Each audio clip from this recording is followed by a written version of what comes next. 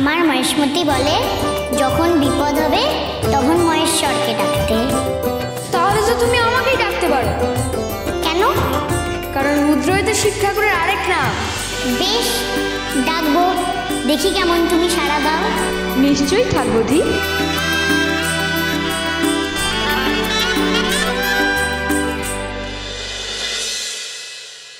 আরে বাস, তুমি তো হেভি মজা দিয়েছো।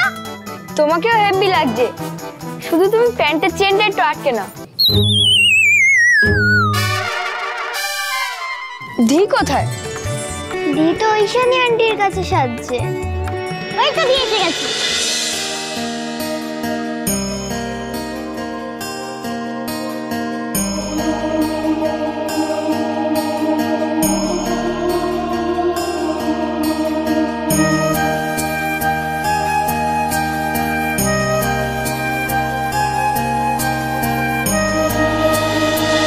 তুমি খুব সুন্দর দি।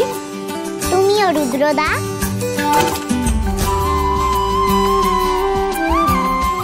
শিউলি,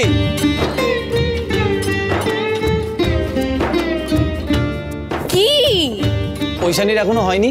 আরে বাবা, কোণে সাজতে একটু সময় লাগবে না? আর আজকের দিনে মেজবৌদিকে একটু ভালো করে তো সাজতেই হবে, তাহলে তুমি ভিড়মিটে খাবে কি করে মেজদা? আচ্ছা, আমি দেখে আসছি কি। না না না না না না না, এখন একদম না, একেবারে শুভ দৃষ্টি শোভা। বলছি একবার যাই। না, একদম না। শুভ দৃষ্টি কি গো বাবা? শুভ দৃষ্টি জানো না দিদিভাই? হয়েছে পান পাতায় কোনেরা মুখ ঢেকে আসে না, বরের সামনে পান পাতাটা সরিয়ে তাকায় বরের দিকে, ওই শুভ মাইন্দ্রক্ষণটাই হলো শুভ দৃষ্টি। তখন দৃষ্টি বিনিময় হয় দুজনে।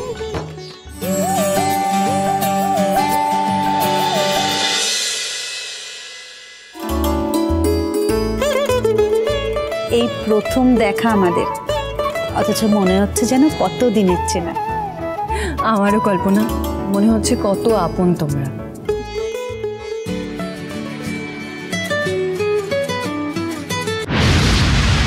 হ্যালো।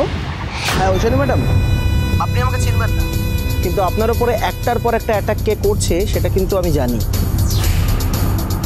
আমি জানি তার নেক্সট প্ল্যানটা কি। বুড়িমার মাঠ। ওকে, আমি আসছি। আসো মেজবৌদি, আসো।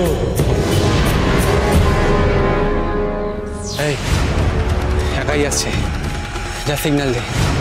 যা।